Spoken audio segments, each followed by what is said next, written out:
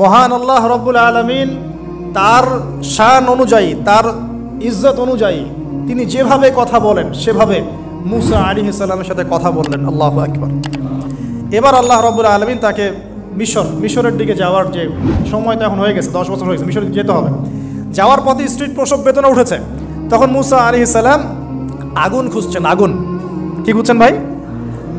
আগুন খুঁজতে খুঁজতে খুঁজতে খুঁজতে তুর পাহাড়ের ওখানে গিয়ে দেখছেন যে আগুন গাছে জ্বলছে, সবুজ পাতার উপরে আগুন। তিনি অবাক। এই সময় আওয়াজ আসলো, বিসমিল্লাহির রহমানির রহিম, ইন্নী আনা রব্বুক ফাখলা'না আলাইক ইন্নাকা বিল ওয়াদিল মুকদ্দাসি তুয়া। মুসা, ইন্নানি আনা আল্লাহ লা ইলাহা ইল্লা আনা ফা'বুদনি ওয়া আকিমিস সালাতা লিযিকরি। মানে এখানে অনেকগুলো কথা আছে, সূরা তাহার মধ্যে আছে।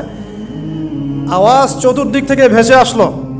মহান আল্লাহ রব্বুল আলামিন তার শান অনুযায়ী, তার ইজ্জত অনুযায়ী তিনি যেভাবে কথা বলেন সেভাবে মুসা আলাইহিস সালামের সাথে কথা বললেন। আল্লাহু আকবার। বললেন, ইয়া মুসা, হে মুসা, ইন্নানি আনা আল্লাহ, নিশ্চয়ই আমি আল্লাহ, লা ইলাহা ইল্লা আনা, আমি ছাড়া কোনো ইলাহ নাই, ফা'বুদনি, তুমি আমার ইবাদত করো, ওয়া আকিমিস সালাতা লিযিকরি, আমার ইবাদতের জন্য সালাত কায়েম করো, আমার জিকিরের জন্য সালাত কায়েম করো, আমার স্মরণের জন্য সালাত কায়েম করো। ফাখলা'না আলাইক, তোমার জুতা খুলে ফেলো, ইন্নাকা বিল ওয়াদিল মুকদ্দাসি তুয়া, তুমি তুয়া উপত্যকায় আছো, পবিত্র তুয়া উপত্যকায় আছো। আদব শেখানো হলো। এভাবে অনেক কথোপকথন হলো। নবী মুসা আলাইহিস সালাম ভয় পেয়ে গেলেন এবং আল্লাহ পাক আরো কথা বললেন, ওয়ামা তিলকা বিয়ামিনিকা ইয়া মুসা, তোমার ডান হাত এটা কি? মুসা আলাইহিস সালাম বলছেন, ক্বালা হিয়া আসায়া আতাওয়াক্কাউ আলাইহা ওয়া আহুশু বিহা আলা গনামি ওয়া লিয়া ফিহা মাআরিব উখরা, এটা তো আমার লাঠি, এটা দিয়ে আমি ডালপালা পারি, আমার ওই যে গবাদি পশু চড়াই। আল্লাহ পাক বলছেন যে ছুঁড়ে মারো, আলকিহা ইয়া মুসা, ছুঁড়ে মারো। ফালকাহা, তিনি ছুঁড়ে মারলেন, ফাইদা হিয়া হাইয়াতুন তাসআ, এবং এটা ছোটাছুটি শুরু করলো, বড় একটা সাপ হয়ে গেল। সুবহানাল্লাহ। এগুলো কোনো গাল গল্প নয়, এগুলো আল্লাহ রাব্বুল আলামিনের মুআজিজা, মুআজিজাতুল কুবরা, এটা বড় মুআজিজা। তিনি পিছনের দিকে দৌড়ানো শুরু করলেন সাপ দেখে, খাইফা ইয়াতারাক্কাব, মানে ভয়ে দৌড়ানো শুরু করলেন। আল্লাহ পাক বলছেন, লা ইয়াখাফু লাদাইনাল মুরসালিন, আমার কাছে রসুলগণ ভয় পায় না, তুমি ভয় পেও না, তুমি ওটাকে ধরো পিছন থেকে, সেটা আবার লাঠি হয়ে যাবে। পিছন থেকে হাত দেওয়া হলো, লাঠি হয়ে গেল। সুবহানাল্লাহ। এবার বলছে যে তুমি তোমার বগলের নিচে হাত ঢুকাও। মুসা আলাইহিস সালাম বগলে হাত ঢুকালেন, বের করলেন, হাত থেকে টর্চ লাইটের মতো আলো বের হওয়া শুরু হলো। এটা দ্বিতীয় নিদর্শন। কেন দেওয়া হলো নিদর্শন?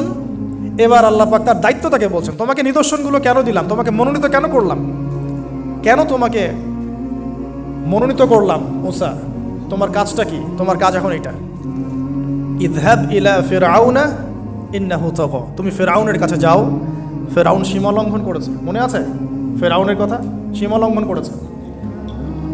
তখন মুসা আলাইহিস সালাম তার অপারগতা প্রকাশ করছেন এভাবে। তিনি বলছেন, আল্লাহ, আমার তো জিহ্বা জড়তা আছে, আর আমি তো ওখানে এক ব্যক্তি, আমার খুনের অভিযোগ আমার কাঁধে, আমি এখন কিভাবে কি করবো আল্লাহ? তখন আল্লাহ রাব্বুল আলামিন বলছেন, এই দোয়াটা করো। কোন দোয়া? মুসা আলাইহিস সালাম করলেন, রব্বি ইশরাহ লি সাদরি, হে আল্লাহ, আমার বক্ষ প্রশস্ত করো, ইয়াসসির লি আমরি, আমার কাজকে সহজ করে দাও, ওয়াহলিল উকদাতাম মিন লিসানি, আমার জিহ্বার সমস্ত জড়তা দূর করে দাও, ইয়াফকাহু কাওলি, যাতে মানুষ আমার কথা বুঝতে পারে। আমার পরিবারের মধ্যে থেকে ওয়াজআলনি ওয়াজিরাম মিন আহলি, আমার পরিবারের মধ্যে একজন ওজির আমাকে দাও, সাথী। হারুন আখি, আমার ভাই হারুনকে দান করো। সুবহানাল্লাহ। তা হারুন আলাইহিস সালামকে নবুয়ত দেওয়া হলো। দুজনকে আল্লাহ পাক এখন বলছেন, ইযহাবা ইলা ফিরআউন, তোমরা দুজন এখন ফিরআউনের কাছে যাও। ফাইন্নাহু তাগা ফাকুলা লাহু কাওলান লাইয়িনা, তবে তাকে গিয়ে কর্কশ ভাষায় কথা বলবে না, নরম স্বরে কথা বলবে। দায়ীদের এখানে সুন্নাহ, দায়ীদের জন্য শিক্ষা আছে, দায়ী আলেম যারা মুবাল্লিগ তাদের শিক্ষা আছে। ফিরআউনের সামনে গিয়ে দাওয়াত দিলেও কিভাবে দিতে হবে? ফাকুলা লাহু কাওলান লাইয়িনা, নম্রভাবে কথা বলো। লাআল্লাহু, কেন নম্রতার সাথে? লাআল্লাহু ইয়াতাযাক্কারু আও ইয়াখশা, হয়তোবা নম্রতা প্রদর্শন করলে সে উপদেশ গ্রহণ করতে পারে, অথবা সে আল্লাহকে ভয় করতেও পারে। আল্লাহ পাক তো আগে থেকে জানেন সে ঈমান আনবে না, তারপরেও আমাদের আদব শেখাচ্ছেন আল্লাহ পাক এখানে। তারা দুজন চলে গেলেন, দাওয়াত দিলেন। ফিরআউন মশকরা করছে, ওয়ামার রব্বুকুম ইয়া মুসা, তোমাদের দুজনের রব আবার কে? মুসা আলাইহিস সালাম বুঝাচ্ছেন, রব্বি আল্লাযী, আমার রব সেই রব যিনি জীবিতকে মৃত করেন, মৃতকে জীবিত করেন, ইত্যাদি। মানে যার হুকুম ছাড়া একটা গাছের পাতাও নড়ে না, যিনি মাটি থেকে সব উৎপন্ন করেন, বৃষ্টি বর্ষণ করেন, সব বুঝালেন। ফেরাউনের বক্তব্য তখন এটাই ছিল, তোমাদের কাছে কি কোনো নিদর্শন আছে, কোন আয়াত নিদর্শন আছে? হ্যাঁ নিদর্শন আছে। কি? লাঠি ছুঁড়ে মারলেন, সাপ হয়ে গেল। এখন ফেরাউন বলছে এটা তো জাদু, এটা কি? আমার জাদুকররাও এটা পারে। জাদুকর থেকে ডেকে না হলো, জাদুকররাও লাঠি ছুঁড়ে মারলো, সাপ হয়ে যাচ্ছে। কিন্তু এই বড় সাপ ওদের সব সাপকে খেয়ে ফেললো। তখন ফেরাউন কিন্তু ভয় পেয়ে গিয়েছিল। এরপরেও এই হাত বের করে আলোর এই নিদর্শন দেখানো হলো, তাওহীদের দাওয়াত দেওয়া হলো, ফেরাউনকে ভয় করতে বলা হলো, ফেরাউনকে সতর্ক করা হলো যে আমার রব, আপনার রব, সবার রব হচ্ছেন আল্লাহ। সব কিছু বোঝানো হলো, কিন্তু ফেরাউন এই কোনো কথাই গ্রহণ করলো না। এরপরে সে বনু ইসরাইলকে ডিভাইড অ্যান্ড রুল করলো। ডিভাইড অ্যান্ড রুল মানে ওদেরকে ভাগ করতো এবং রুল করতো, ঠিক যেটা এখনকার গ্লোবাল অ্যাফেয়ার্সে করা হচ্ছে। ডিভাইড অ্যান্ড রুল, আমাদেরকে তারা ভাগ করে দিয়েছে। আমাদের পুরো কমিউনিটি, গ্লোবাল মুসলিম কমিউনিটিকে তারা ভাগ করে দিয়েছে এবং রুল, শাসন করছে। এবং কারো গায়ে আঘাত লাগলে আরেকজন গিয়ে সেই ব্যথা নিরসন করতে চায় না, বরং অপেক্ষা করে আমার গায়ে তো আর আসে নাই, তার গায়ে আসছে। ঠিক আছে, ব্যাপারটা এটা শুধু গ্লোবাল অ্যাফেয়ার্স না, এটা সবখানে একটা রাষ্ট্রের ভিতরেও ঢুকে গেছে। ওই ভাইকে বলছে বলুক, আমাকে তো আর কিছু বলে নাই, ওকে গায়েব করে ফেলছে ফেলুক, আমাকে তো আর কিছু করে নাই, ও ভিতরে গেছে, আমাকে তো কিছু বলে নাই। এই আচরণের কারণে আস্তে আস্তে আস্তে আস্তে মুসলিমদের শক্তি সব সংকুচিত হয়ে আসে। এটা নতুন কোনো বিষয় না, ফেরাউনের সুন্নত এটা, ডিভাইড অ্যান্ড রুল, যেটা ব্রিটিশরা করে গেছে সারা ওয়ার্ল্ডে। সুবহানাল্লাহ, দেখুন সব কিছু ওরা কোরআন থেকেই নিচ্ছে মনে হচ্ছে আমার কাছে। এখন একটা দুইটা না, নয়টা পরীক্ষা ফেরাউনকে করা হলো। মুসা আলাইহিস সালাম যখন বলেন, দোয়া করেন, তখন গজব উঠে যায়। ফেরাউন তখন এসে বলে যে ঠিক আছে তুমি দোয়া করো, তাহলে আমরা বনু ইসরাইলকে ছেড়ে দিব। যখনই মুসা আলাইহিস সালাম দোয়া করে, গজব উঠে যায়, সে আর বনু ইসরাইলকে ছাড়ে না। এখন এভাবে 9টার বর্ণনা আসছে।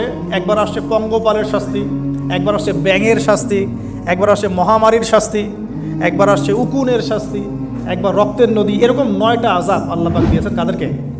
ফেরাউনের সম্পদে। সর্বশেষ, আমি লম্বা করলাম না, সর্বশেষ যেটা হয়েছে, কারণ আমি কনক্লুশনে কিছু পয়েন্ট বলবো। সবশেষে যেটা হলো 20 বছর, কত বছর? প্রায় 20 বছর জুলুম করলো ফেরাউন দাওয়াত পাওয়ার পরে। প্রায় 20 বছর। দাওয়াত পাওয়ার আগের কথা তো বাদ, ইসলামের দাওয়াত পাওয়ার প্রায় 20টা বছর সে বনু ইসরাইলকে এভাবেই টর্চার করতে থাকলো। 9টা নিদর্শন আসলো, কোনোটাই সে গ্রহণ করলো না। এবং সর্বশেষ তার কল ছিল যে আমি ছাড়া তোমাদের কোনো রব আছে এটা আমি জানি না, নাউজুবিল্লাহ। এবং সূরা নাবার মধ্যে আল্লাহ বলেছেন যে ফেরাউন বলেছিল আনা রব্বুকুমুল আ'লা, আমি তোমাদের মহান রব, নাউজুবিল্লাহ। এই ছিল ফেরাউনের শেষ স্টেটমেন্ট। এবার মুসা আলাইহিস সালাম বনু ইসরাইলকে নিয়ে চলে যাচ্ছেন মিশর থেকে। ফেরাউন দল বলে ধাওয়া করছে, সামনে সাগর আর পিছনে ফেরাউনের বাহিনী। মুসা আলাইহিস সালাম এখানে বনু ইসরাইলকে নিয়ে একটা রিম রক বলি আমরা, যেটা পাহাড়ে উঠতে সামনেও যেতে না পারে পিছনেও যেতে না পারে, এরকম একটা অবস্থা। এই সময় মুসা আলাইহিস সালামের গোত্রের কিছু মানুষ বলেছিল যে ইয়া মুসা ইন্না লামুদরাকুন, হে মুসা আমরা তো ধরা পড়ে গেলাম, আমরা মনে হয় আজকে ধরা পড়ে গেলাম। এই অবস্থাতে মুসা আলাইহিস সালাম বলেছিলেন, একটু বোঝার চেষ্টা করেন, পিছনে ফেরাউনের বিশাল বাহিনী, সামনে সমুদ্র, যাওয়ার কোনো জায়গা নাই, একদম কোনো জায়গা নেই, খালি চোখে কোনো জায়গা দেখা যাচ্ছে না। ওই সময় খালি চোখে, বাহ্যিক চোখ দিয়ে কোনো উপায় দেখা যাচ্ছে না। বাহ্যিক চোখে ওই সময় কোনো উপায় দেখা যাচ্ছে না নিষ্কৃতির, নাজাতের। ঠিক এখন সারা ওয়ার্ল্ডে বাহ্যিক চোখে মুসলিমদের নাজাতের কোনো পথ দেখা যাচ্ছে না। বাহ্যিক চোখ দিয়ে কি করবে মুসলিমরা? খালি পড়াশোনা করবে, না কমিউনিটি করবে, না জিহাদ করবে, নাকি তাগুতের এগেনস্টে লড়বে? কি করবে মুসলিমরা? নাকি সারাদিন বসে বসে মসজিদে তাসবিহ টিপবে, নামাজি পড়বে? কি করবে মুসলিমরা? বাহ্যিক চোখ দিয়ে এখানেও কোনো ফয়সালা দেখা যাচ্ছে না। তখন আল্লাহ রাব্বুল আলামিন মুসা আলাইহিস সালামকে একটা পরীক্ষাও নিলেন। একজন বলছে ইন্না লামুদরাকুন, আমরা ধরা পড়ে গিয়েছে। মুসা আলাইহিস সালাম তখন বলছেন দৃঢ় চিত্তে, কাল্লা কাল্লা, কখনো না, ইন্না রব্বি মাইয়া সাইয়াহদিন, নিশ্চয়ই আমার রব আমার সাথে আছেন, তিনি আমাকে পথ দেখাবেন। সুবহানাল্লাহ। আজকেও মুসলিমদের সারা ওয়ার্ল্ড ওয়াইড এই চেতনাই থাকা উচিত যে কাল্লা, কখনো না। আল্লাহ ইন্না রব্বুনা মা'ানা, নিশ্চয়ই আমাদের রব আমাদের সাথে আছেন, তিনি আমাদেরকে পথ দেখাবেন ইনশাআল্লাহ। এই পথই আমরা চাই, ইহদিনাস সিরাতাল মুস্তাকিম, তাই না? সিরাতাল লাযিনা আন'আমতা আলাইহিম গায়রিল মাগদুবি আলাইহিম ওয়ালাদ-দাল্লিন। এই বাস, যখন আপনি পুরো দমে আল্লাহর উপর তাওয়াক্কুল করে ফেলবেন, তখনই তো আল্লাহ রাব্বুল আলামিনের নুসরা নেমে আসবে। বদরের মাঠে নবী সাল্লাল্লাহু আলাইহি ওয়াসাল্লাম হাত তুলে দোয়া করছে, আল্লাহ এই 313 জন মুসলিম যদি আজকে শেষ হয়ে যায়, ইসলামের নাম নেওয়ার কেউ থাকবে না। দোয়া করতে করতে চাদরটা পর্যন্ত পড়ে গেল। আবু বকর সিদ্দিক দৌড়ে এসে চাদর উঠায় দিলেন, দিয়ে কান্না জড়িত কণ্ঠে বলছেন, হাসবুকা ইয়া রাসূলুল্লাহ, যথেষ্ট হয়েছে আল্লাহ রাসূল, যথেষ্ট হয়েছে, আর দোয়া করার দরকার নেই, ইনশাআল্লাহ আল্লাহ সাহায্য নেমে আসবে। আল্লাহ পাকে সাহায্য নেমে আসলো, হাজার হাজার ফেরেশতা আল্লাহ নামিয়ে দিলেন বদরের মাঠে। আপনি দেখুন যে সুবহানাল্লাহ, নবী সাল্লাল্লাহু আলাইহি ওয়াসাল্লাম হিজরত করছেন আবু বকর সিদ্দিককে সাথে নিয়ে, মনে আছে গারে সাওরের ঘটনা, সবাই ঘিরে ফেলেছে, এমনকি নিচ থেকে উপর ওদের পা দেখা যাচ্ছে। আবু বকর সিদ্দিক বলছেন যে ইন্না মুদরাকুন, আমরা ধরা পড়ে গেলাম ইয়া রাসূলুল্লাহ। একই কথা কিন্তু নবী সাল্লাল্লাহু আলাইহি ওয়াসাল্লাম সেই একই কথাই বলছিলেন, লা তাহজান, তুমি দুশ্চিন্তা করো না, ইন্নাল্লাহা মা'ানা, আল্লাহ আমাদের সাথে আছেন, ইনশাআল্লাহ আল্লাহ আমাদের সাথে আছেন। তবে কাদের সাথে আল্লাহ থাকবেন? যারা নামাজ পড়ে না, যারা নামাজ পড়ে না, যারা তাওহীদ শিখে না, সুন্নতের উপর আমল করে না, যারা রিবা খোর, যারা মাদক দ্রব্য সেবন করে, জিনা করে, পর্নোগ্রাফি দেখে, যে বেপরদায় চলে, এদের সাথে আল্লাহ থাকবেন। আমরা যদি আমাদের অবস্থান উন্নত করতে না পারি, আমাদের দ্বারা উম্মার বিজয় হবে না, ফুল স্টপ। আমরা যদি আমাদের অবস্থান উন্নত করতে না পারি, মানে এই যুগের আবু বকর, ওমর, ওসমান, আলী হতে না পারি, আমাদের দ্বারা বিজয় হবে না। আপনি যত টাকা ঢালেন না কেন, যত বড় সংগঠন করেন না কেন, যত পলিটিক্যাল অ্যাফেয়ার্স ডিল করেন না কেন, যতক্ষণ এ যুগের আবু বকর, ওমর, ওসমান, আলী আমরা হতে না পারছি, আমাদের হাতে বিজয় আসবে না। প্রথম কাজটা এখানে ভাই, প্রিয় ভাইরা, রাগ করছেন নাকি কথায়? আমাদের প্রথম কাজটা এখানে, ফ্যান্টাসির কোনো মূল্য নাই এখন। I wash, show down, show off, fantasy, online, Facebook, কিচ্ছু নাই। বিশ্বাস করেন এগুলো কিচ্ছু হবে না এগুলো দিয়ে। কনস্ট্রাকটিভ কাজ না থাকলে, ঈমান, আমল, তাওহীদ, সুন্নাহ, সেরকম জজবা, সেরকম ইউনিটি, আল্লাহর পথে মাল খরচের প্রেরণা, মুসলিমদেরকে সহযোগিতা করার বড় মানসিকতা, একটা ব্রড মাইন্ডেড চিন্তা ভাবনা, এগুলো না থাকলে কখনো সম্ভব। এখানে সাহায্য নেমে আসছিল না? ওই গারে শহরে কি তারা ধরা পড়েছিলেন? লা তাহজান ইন্নাল্লাহা মা'ানা, ভয় পেও না, আল্লাহ আমাদের সাথে আছেন। আল্লাহ কি সাথে ছিলেন না? ঠিক একই কথা মুসা আলাইহিস সালাম বলছেন, কেল্লা, কখনো না, ইন্না রাব্বি মা'ইয়া সাইয়াহদিন, আমার রব আমার সাথে আছেন, আমার রব আমার সাথে আছেন, তিনি আমাকে পথ দেখাবেন ইনশাআল্লাহ। বলার সাথে সাথে মনে আছে ওই যে নমরুদ যখন ইব্রাহিমকে ফেলে দিচ্ছে আগুনে, জিবরিল আমিন এসে বলছেন, হাজাতুকা ইনদি, আপনার কোনো প্রয়োজন আছে আমার কাছে? ইব্রাহিম আলাইহিস সালাম আগুনে পড়তে পড়তে বলছেন, হাসবি আল্লাহ ওয়া নি'মাল ওয়াকিল, আল্লাহ আমার জন্য যথেষ্ট, তিনিই আমার উত্তম অভিভাবক, দরকার নেই আমি। বলার সাথে সাথেই ইয়া নার কুনি বারদান ওয়া সালামান আলা ইব্রাহিম, এই আগুন ঠান্ডা হয়ে যাবে। বলে আমার বান্দা আমাকে ডেকেছে, তার কোনো পথ নাই চোখের সামনে খোলা, এখন আমার বান্দা আমাকে ডেকেছে, আমার উপর ফরজিয়াত আমার বান্দাকে এখন সাহায্য করা, এটা আমার হক, আমার বান্দাকে সাহায্য করা। ওয়া কানা হাক্কান আলাইনা নুনজিল মুমিনিন, আমার হক হচ্ছে, আল্লাহ বলছেন আমার হক মুমিন বান্দাদেরকে নাজাত দেওয়াটা আমার হক। সুবহানাল্লাহ। তাহলে ওই যে সাহায্য এসেছে ওই নমরুদের ওখানে আগুন পরীক্ষায়, একই সাহায্য আসছে গারের শহরে, বদরের মাঠে, উহুদে, খায়বারে, খন্দকে, এই সাহায্য নেমে আসলো মুসা আলাইহিস সালামের কাছে। কি সাহায্য? লাঠি ছুঁড়ে মারো, 12টা, একটা দুইটা 12টা রাস্তা হয়েছে, সাগর ভাগ হয়েছে। এটা কি আসলেই পসিবল? এখনকার সায়েন্সকে এটাকে পেনিট্রেট করতে পারবে? আমরা তো সায়েন্সকে ইলাহ বানিয়ে নিয়েছি। ও যখন কিছু বলে হ্যাঁ, আমরা বলি হ্যাঁ, ও বলে না, আমরা বলি না। বিশ্বাস করেন? ও যখন সায়েন্স যখন কোনো কিছুকে বলে হ্যাঁ এটা ঠিক, আমরা বলি ঠিক ঠিক ঠিক। যখন সায়েন্স বলে এটা বেঠিক, আমরা বলি না বেঠিক বেঠিক। আমরা কুরআন হাদিসকে সায়েন্স দিয়ে মূল্যায়ন করছি। সুবহানাল্লাহ। এখন নামাজ পড়তে গেলে মানুষ সায়েন্টিফিক ব্যাখ্যা খোঁজে, রোজা রাখা সায়েন্টিফিক ব্যাখ্যা খোঁজে। ব্যাখ্যা থাকতে পারে, আমার জানার দরকার নাই তো। আমাকে আল্লাহ হুকুম করেছেন, এটাই আমার কাজ। ব্যাখ্যা থাক না থাক সেটা আমার জানার দরকারও নাই। হ্যাঁ থাকতে পারে, নাও থাকতে পারে, সব আমার বুঝে আসবে না, কিছু আসবে কিছু আসবে না। আমরা কোনো কোনো ক্ষেত্রে এটাকে টেকনোলজিকে আমাদের ইলাহ বানিয়ে নিচ্ছি। আপনি বিশ্বাস করেন, আমি আল্লাহর কসম করে বলছি, আজকে যদি নাসা বলে যে পৃথিবী থেকে লক্ষ কোটি আলোকবর্ষ দূরে একটা গ্রহের সন্ধান পাওয়া গেছে, ওখানে হুরপড়ি আছে, সোনা দানা আছে, মাটি হচ্ছে মিশকের আম্বরের, এই সেই, মানুষ বিশ্বাস করবে হ্যাঁ এরকম কোনো গ্রহ থাকতে পারে? বিশ্বাস করবে কি না? অনেস্টলি বলেন। আল্লাহ পাক কোরআনে 1400 বছর আগে বলেছেন, তার আগের ধর্মগ্রন্থেও বলেছেন জান্নাত আল্লাহ সৃষ্টি করেছেন। মানুষ বিশ্বাস করে না। নাস্তিকরা বলে, টিটকারি মারে নাস্তিকরা, মৌলবাদীরা, মোল্লারা কি বলে, এই যুগে এগুলো বিশ্বাস করে মানুষ? নাউযুবিল্লাহ। নাসা যদি বলে বহু দূরে একটা গ্রহ আছে বিশাল বড়, ওখানে একটা পাথর ফেললে নিচে যেতে 70,000 বছর সময় লাগবে, মানুষ বলবে হ্যাঁ এমন কোনো গ্রহ থাকতে পারে, নাম দিয়ে দিবে একটা XYZ dot dot dot dot দিল একটা কিছু, এরকম নাম হয় না, KLR কিছু নাম দিয়ে দিবে। তো আল্লাহ পাক জাহান্নামের কথা বলছেন, মানুষ বিশ্বাস করে না। তো প্রিয় ভাইরা, এই জায়গায় সায়েন্স ব্যাখ্যা করতে পারবে না। 12টা রাস্তা হয়ে গেছে, 12টা গোত্র পার হয়ে গেল, ফেরাউন দলবল নিয়ে পার হতে চাচ্ছে, আল্লাহ রাব্বুল আলামিন ওই জায়গায় ডুবিয়ে দিলেন। সুবহানাল্লাহ।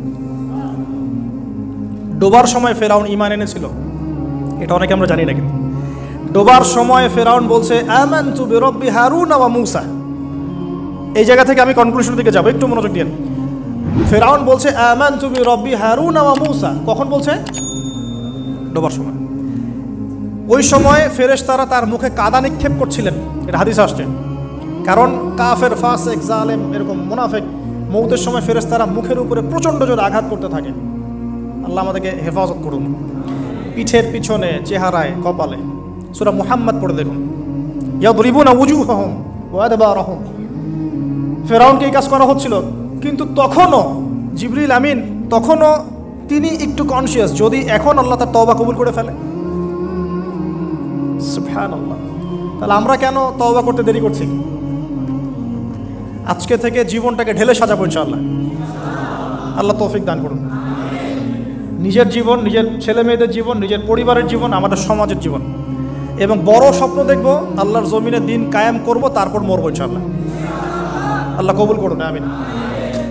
এবার আসুন ভাই, আল্লাহ পাক তওবা কবুল করলেন না। আল্লাহ পাক বললেন আল আন, এখন, আল আন, এখন, আল আন, এখন, ওয়াকাদ আসাইতা মিন ক্বাবল, এর পূর্বে তুমি তো সারা জীবন আমার অবাধ্যতা করে গিয়েছো। আজকে কি করব শোনো, আল ইয়াউমা নুনাজ্জিকা বিবাদানিক, আজকে তো আমি তোমাকে ক্ষমা করছিই না, বরং আজকে থেকে আমি তোমার এই যে বডি, তোমার দেহ বাদান, এটাকে প্রিজার্ভ করব, সংরক্ষণ করব। কেন সংরক্ষণ করব? এই বডিটা কোথায় আছে ভাই এখন? ফ্রান্সে না মিশরে? আচ্ছা, এখন মিশরে না? আচ্ছা, আমি মাঝখানে শুনেছিলাম এটা রিসার্চের জন্য মনে হয় ফ্রান্সে নেওয়া হচ্ছে, মেবি। আমি ভাবছিলাম, পারিবারিক মিটিংয়ে বলছিলাম যে এই সভ্যতাটা একদিন ধ্বংস হয়ে যাবে, দেখে নিন। এই সিভিলাইজেশনটা একদিন ধ্বংস হয়ে যাবে, দেখে নিন।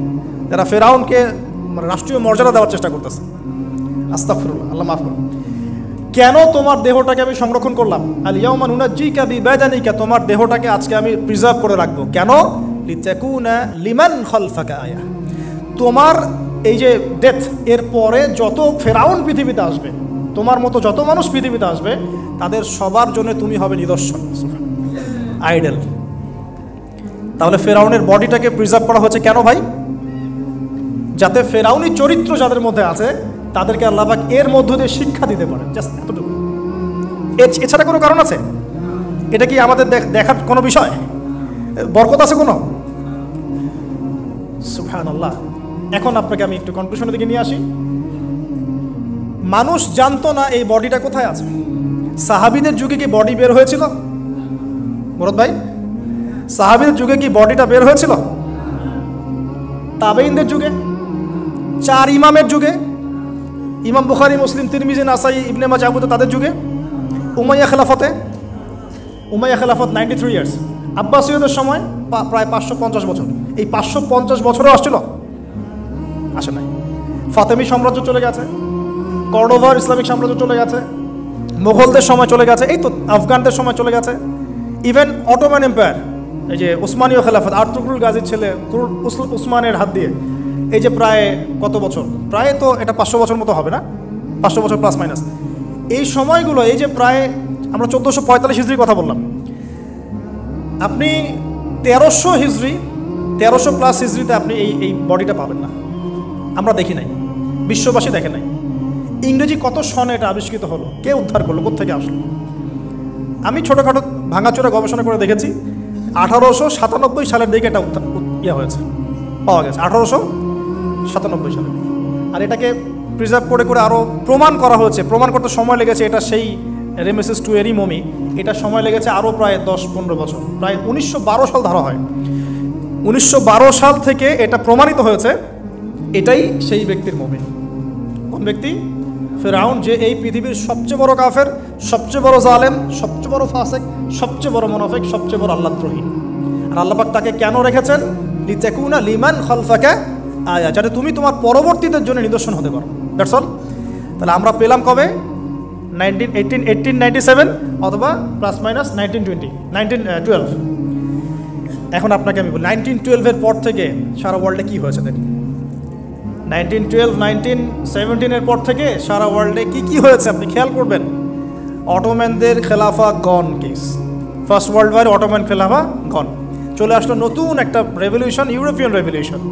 আমি বলি যে the first group of গগ and ম্যাগগ, specially আমি স্পেসিফিকলি বলি না, বলি যে এদের মধ্যে ইয়াজুজ আর মাজুজের খাসলত আছে।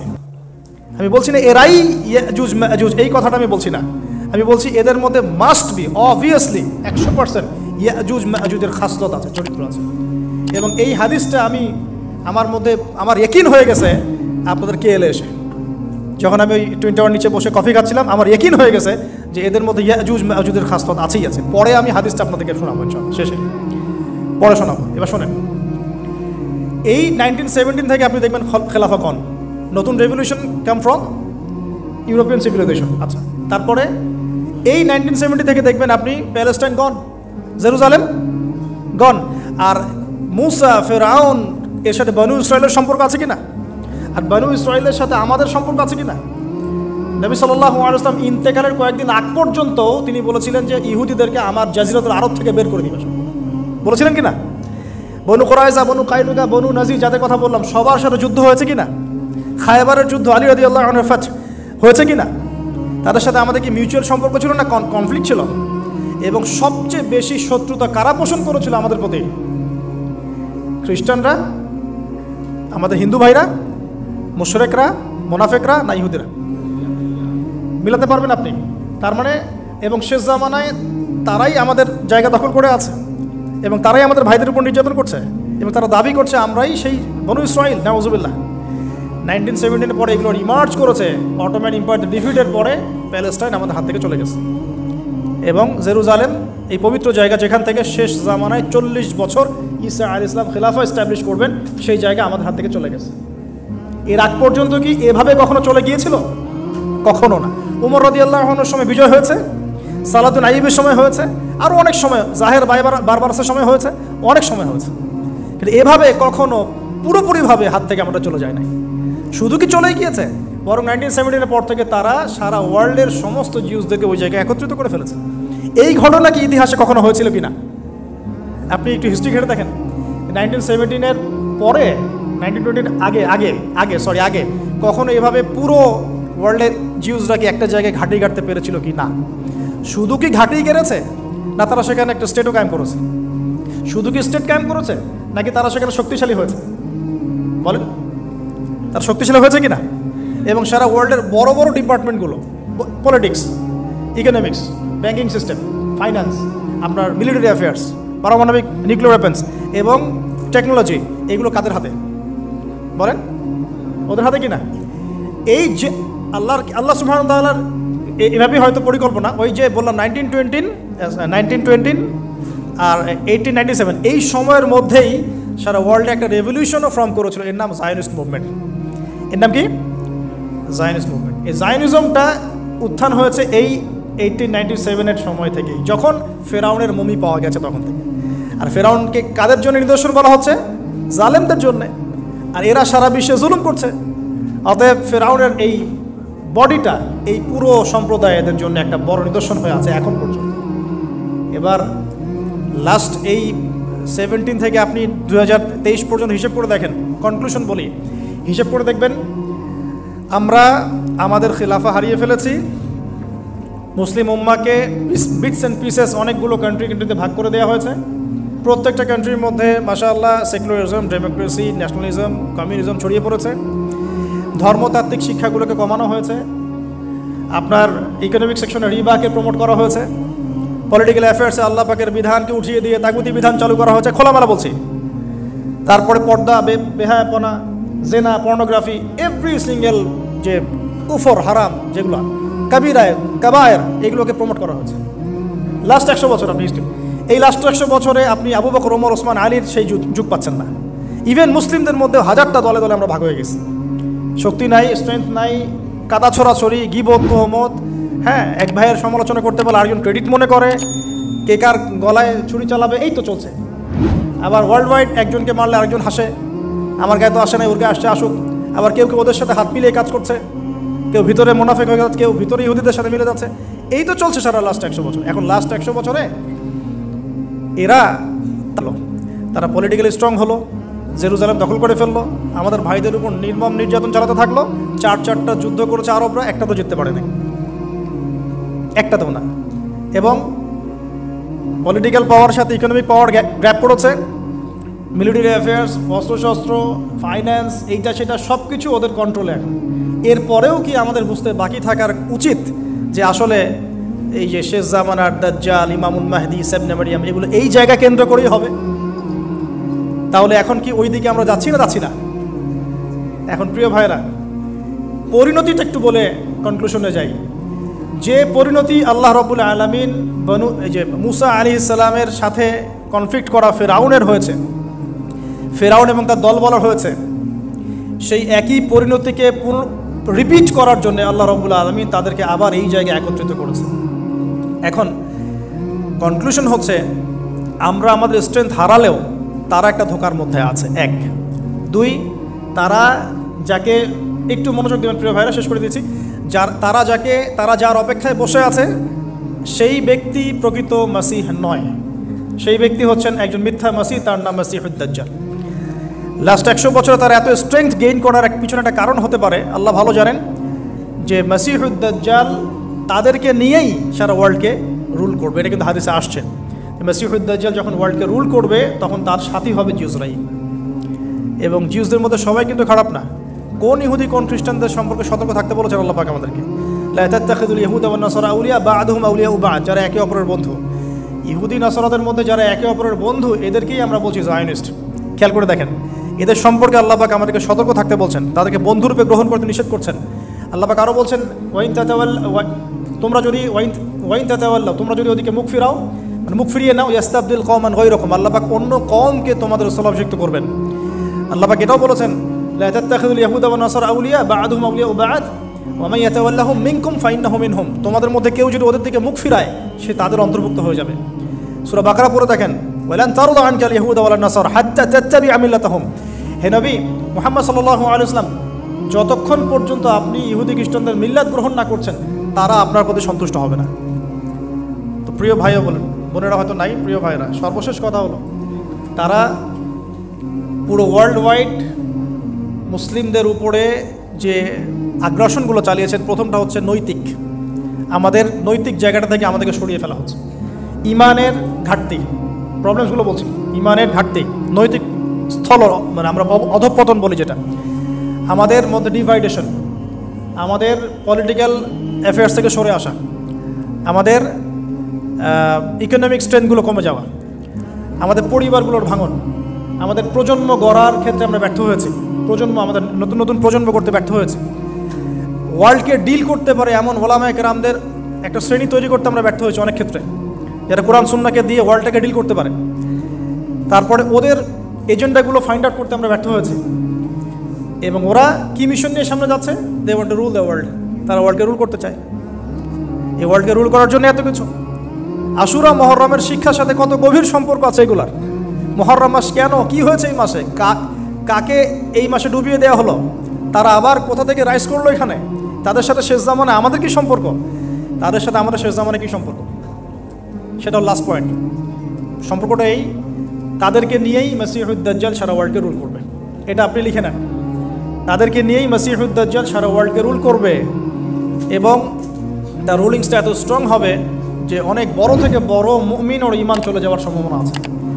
এই কারণে পরিস্থিতি সম্পর্কে সচেতন থাকা, তাদের ফিতনাগুলো রিকগনাইজ করা এবং স্টাডি করা কোরআন সুন্নাহর সাথে এই জামানাকে মিলিয়ে, এই যুগে আমাদের করণীয় কি, সামনে আমরা কীভাবে আগাবো আর কি।